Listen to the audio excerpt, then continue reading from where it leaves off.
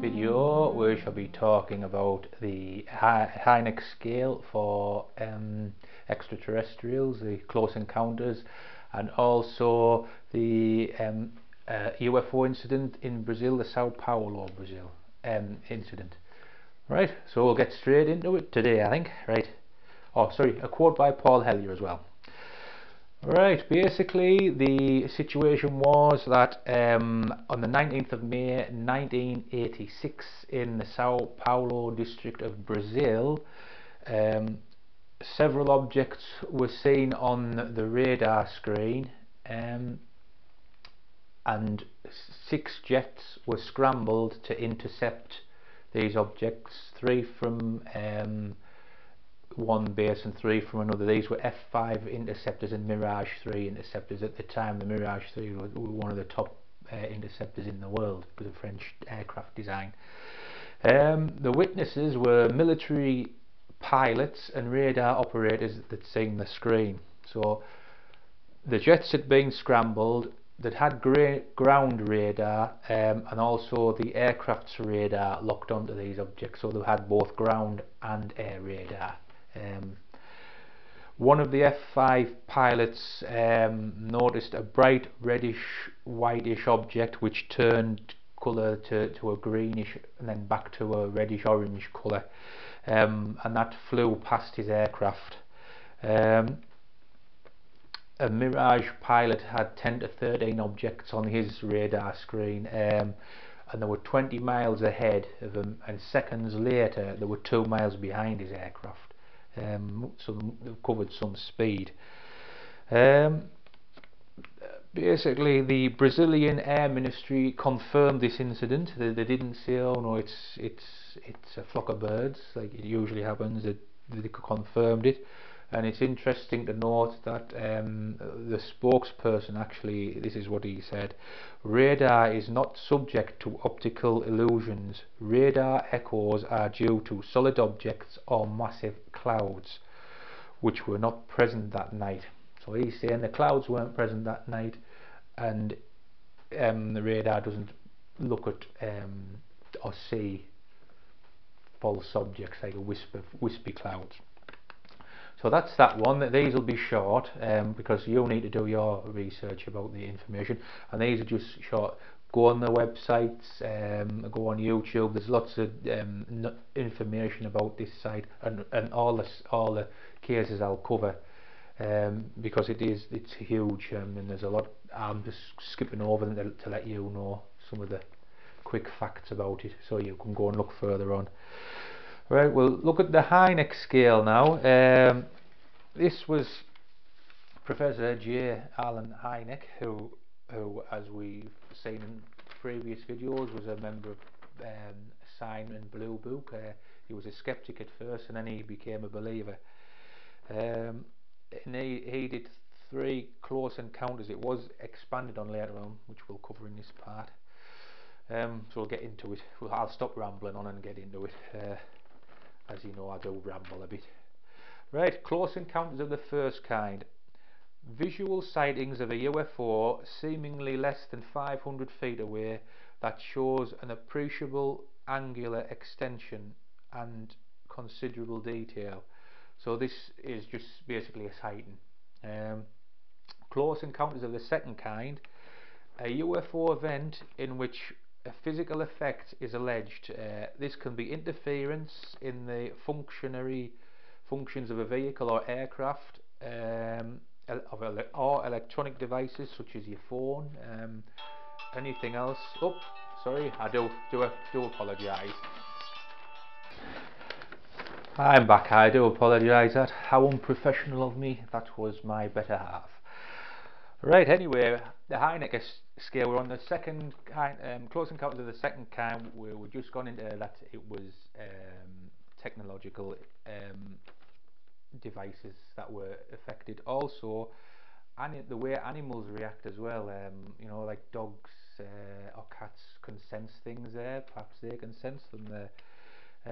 Also, a psychological effect such as paralysis or heat or discomfort from a bright light or something to that effect, or where there's physical traces on the ground, such as compression marks where something's landed, or burn marks, scorch marks, or where vegetation is disrupted, as if something was coming down through the trees rather than going up. Close Encounters of the Third Kind, obviously the film, there was an amazing film, very good film. This is where a UFO encounters in which an animated creature is present. So there's a extraterrestrial there. These can include humanoids, robots, and humans who seem to be occupants of, or pilots of the UFOs. And a small extension to this was by Ted Blocher, I think I pronounced that right,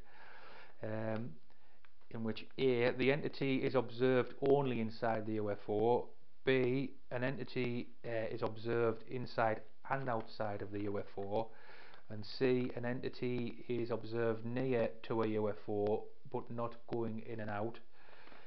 D, entity is observed, no UFOs are observed, but UFO activity has been reported in the area at the same time.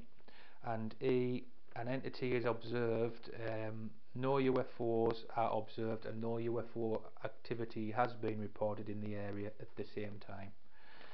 And F, no entity or UFO are observed, but the subject experiences some kind of intelligent communication. Close Encounters of the Fourth Kind, an extension again to Hynek Scale. This was by Jack Valier. A UFO event in which a human is abducted by a UFO or its occupants.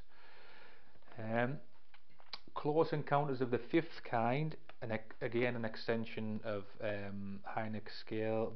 This was by Stephen Greer's SETI group. A UFO event that involves direct communication between aliens and humans.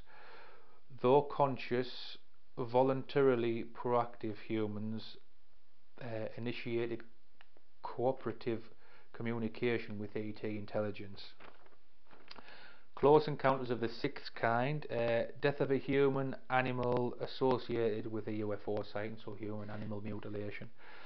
Close Encounters of the Seventh Kind, the creation of a human alien hybrid, either by sexual or scientific reproduction. Nocturnal lights, or lights in the sky. These are a bit.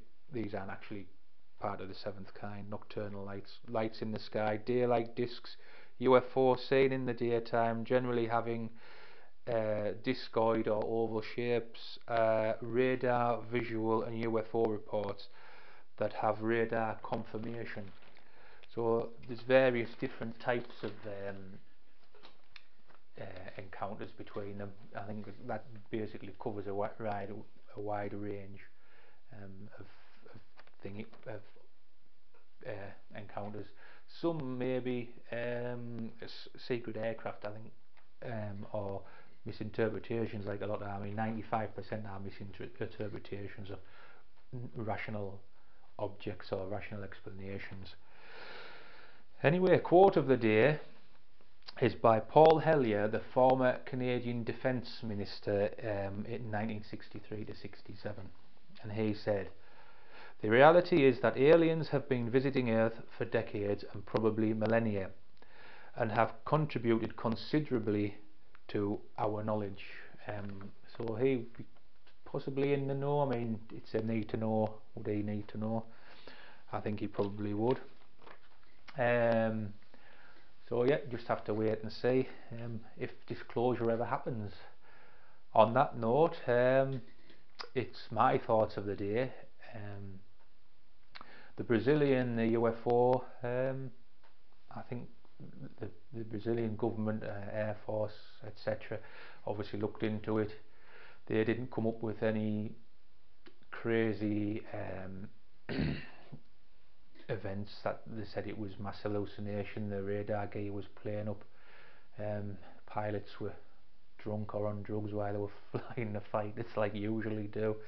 So actually straightforward, yeah, it was there. The guy wasn't playing up rational explanation. It is what it is. Do your own research on it. Hynek Scale, like I said, the film was brilliant, and there's not really much to say this week. I'm not going to ramble. I'm going to let you all go.